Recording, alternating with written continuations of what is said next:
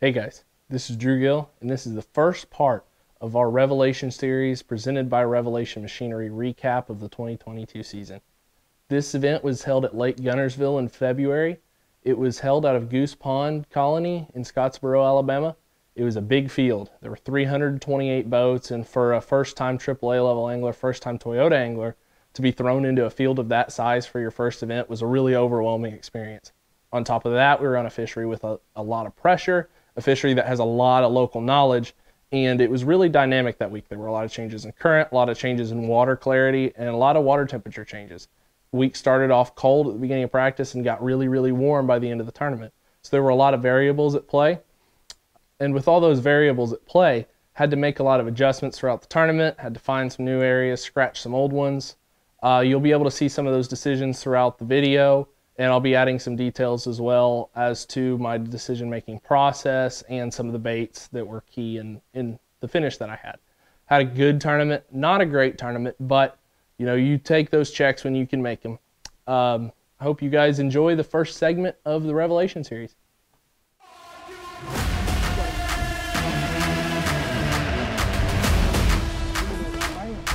I got 5 in the bag. What I'm talking about. He's had a lot of success at the college level. He's already won a lot of money with Major League Fishing in his very young career. Go. Yeah, dude.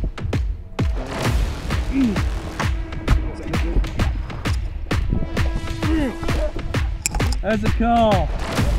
Let's hear it for Drew Gill. Wow! A 5-bass limit making television.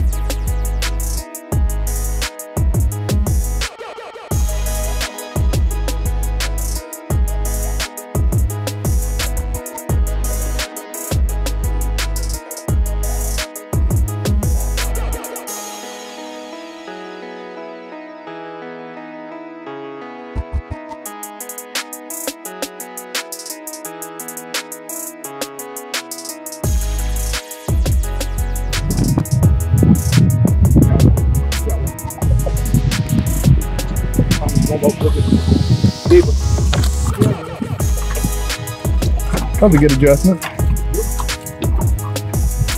He ain't a biggie, but I'll take 5 2.5 pounders start today.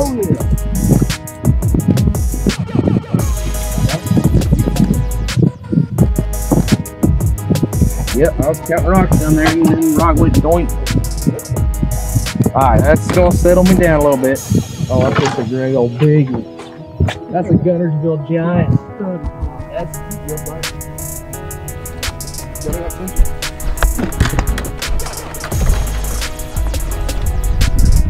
Yeah. He gonna make it. He's gonna.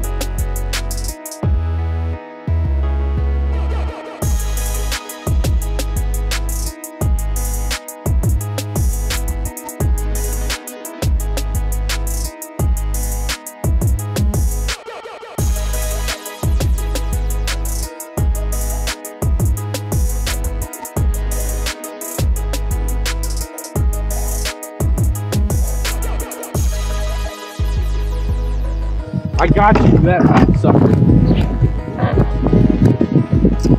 Fool me once, shame on me. Fool me twice, shame on me. But fool me 3 times, I'm gonna get you. Yep, 15. Let's go. Give me 2 more of them and a 4-pounder, and I'll have a good day. It's gonna happen. We got time. Let's go.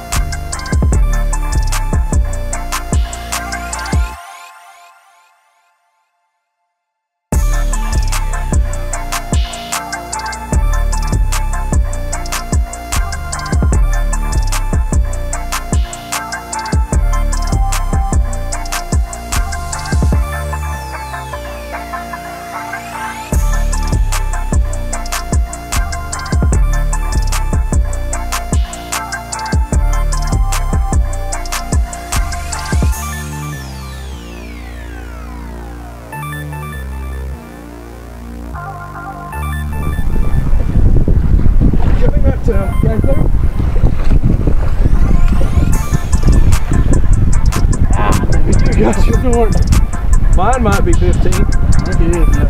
I don't think he's cold. There's no way that'll coal any of my fish, do you think?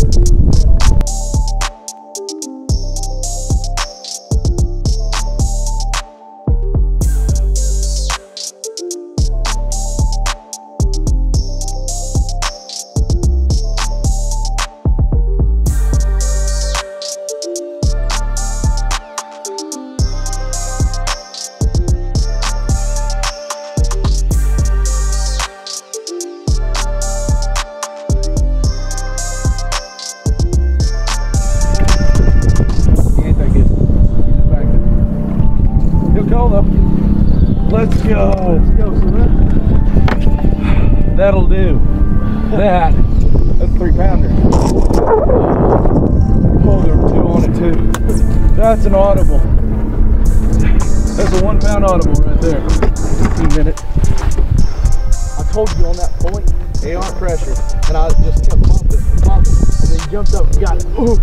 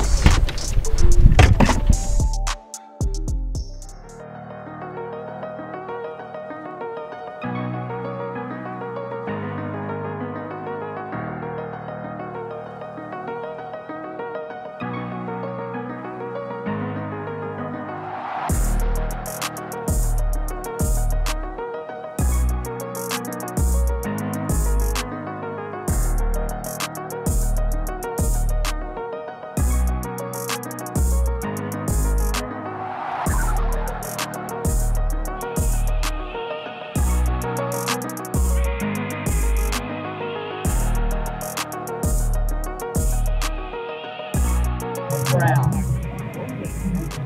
Next 11. How'd you go to Wheeler? All brown. Old Brown. Wheeler.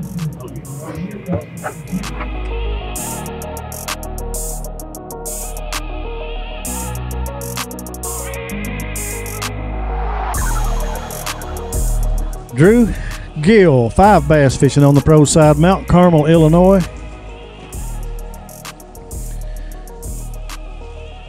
12 pounds and 7 ounces, 12.7. Thank you, sir.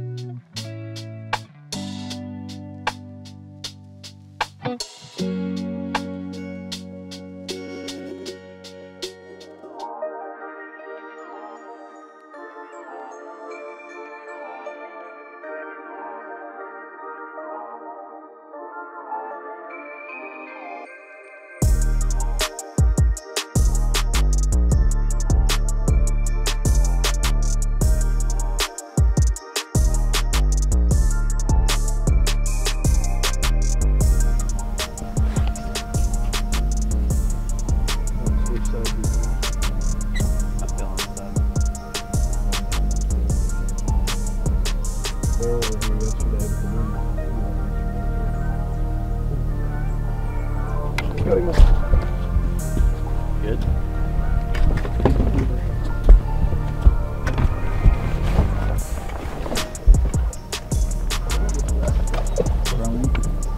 That's a good one. That's what it's for today.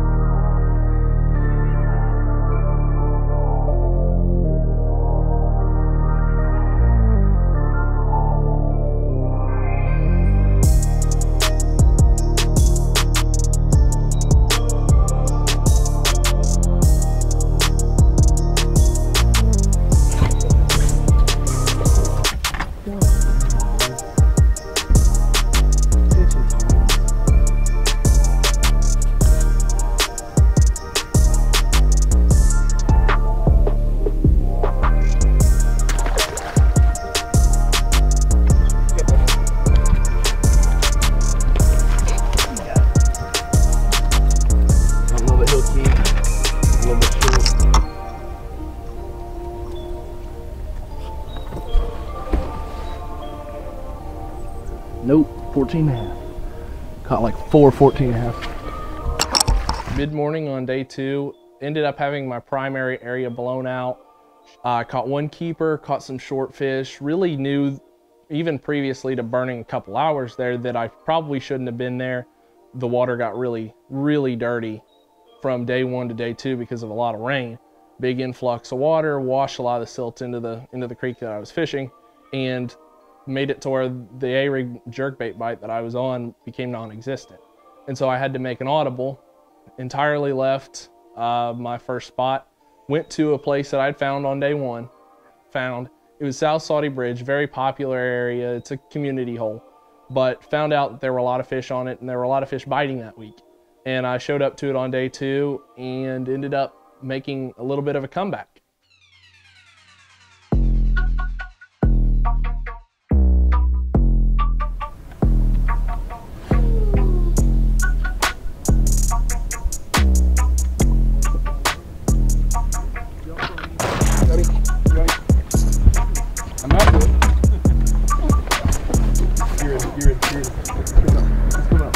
Bam. Oh my gosh, that's a spot. That is a good spot. Well, gosh.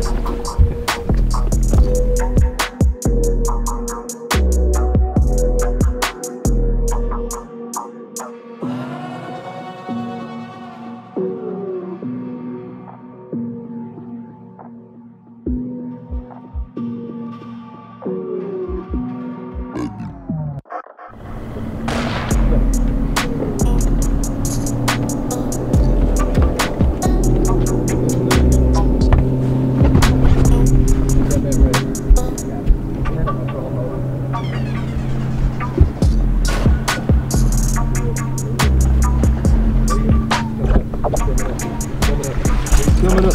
Give me that. Bam. I got 4, fella. One more. 2 hours. Heck yeah. That's how we do it. That's how we do it in Struggleville right there, my friend. We catch 3-pounders on a Nico rig because I can't frankly do anything else. Let's go. Let's go. One more. Let's make it a 6-pounder. And then we'll go back to chilling.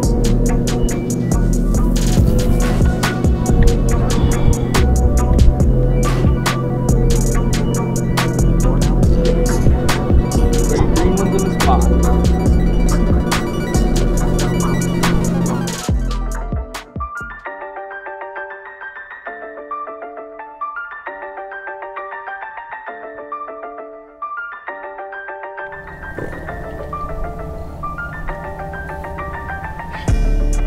Got it.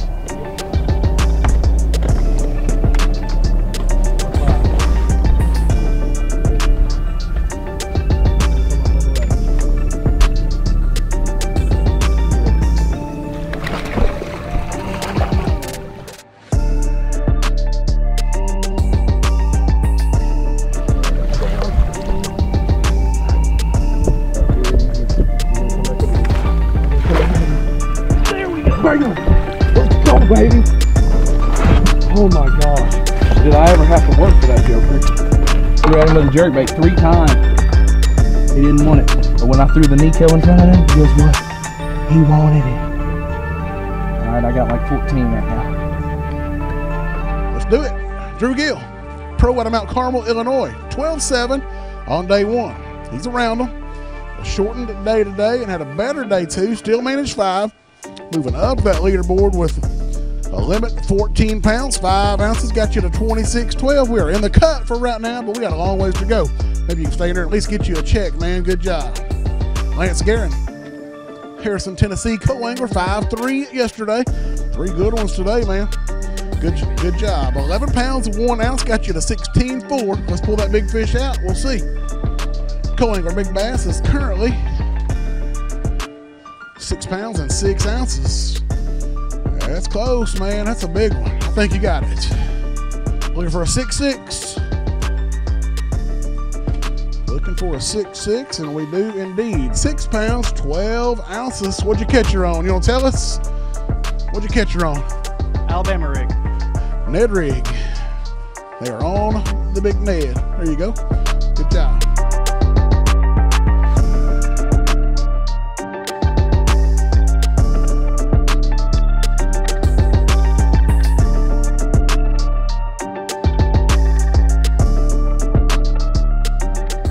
I ended up finishing 64th out of the 328 boats that were there, and checked one of the things off my bucket list for 2022, which was make a check in a Toyota Series event. Obviously, making a check is not our end goal. Our end goal is to win tournaments, make top 10s, win Angler of the Years, qualify for championships. But in making championships and winning Angler of the Year trophies, you know, the biggest thing that you can do is just consistently make checks to finish up high in the standings in all the events that you can. And, you know, making a check in the first event of the year was a great way to set the tone for the season. This Daiwa Tatula SVTW on an Arc Viper 7-foot medium fast jerkbait rod really allowed me to get a bait down fast, make really long casts with. A lot of people like a really short jerkbait rod, but if I'm 6'4", if you're like me, you're tall, get a longer jerkbait rod, be able to put that bait way out there, because the further you can put a jerkbait out, the smaller a jerkbait you can use to get it down to them. And so in using a smaller, more finessey jerkbait, I was able to get a few more bites, even though everyone was throwing a jerkbait down that bridge. It allowed me to finesse a couple more of those fish into biting that we're used to seeing the big style jerkbaits. And the SVTW was huge for throwing little jerkbaits. It was great for light line. I was able to handle it really well. Didn't have a lot of backlash or any issues like that. I was able to make really long casts with really small baits. Another rod that was really important for me in that tournament was an Arc Invoker Pro 7'6" medium light spinning rod with a Daiwa Fuego LT spinning reel. This was the rod that I used to throw my Nico rig on. It's great for that application. It allows me to throw a really, really light worm a long ways. Yet again, casting distance is really important with smaller techniques like this and in high pressure situations. You want to get that bait away from the boat. You want to be able to get it down fast. And that's where my leader size came in. I was throwing really light leader in that tournament. I was throwing 5-pound line on my leader. I was throwing 10-pound braid as my backing. Wanted to be able to make really long casts and get a bait down really fast to them, even with a really light weight. Allows me to throw, you know, a worm that has more action, because with a little weight in it, it's not going to impede the action of the worm on the fall. When the worm's falling, it's able to move freely, and by downsizing my line, I allow myself to get that bait down there quicker, even though it's lighter. You can find all the rods and reels that I use at this tournament at AmericanLegacyFishing.com. I have a code in the description, DrewGillFishing10, that will take 10% off your order, so go check them out. I hope you guys enjoyed the first part of the Revelation series presented by Revelation Machinery. Be on the lookout for Lake of the Ozarks coming soon, and be sure to smash that like button and subscribe. Thanks, guys.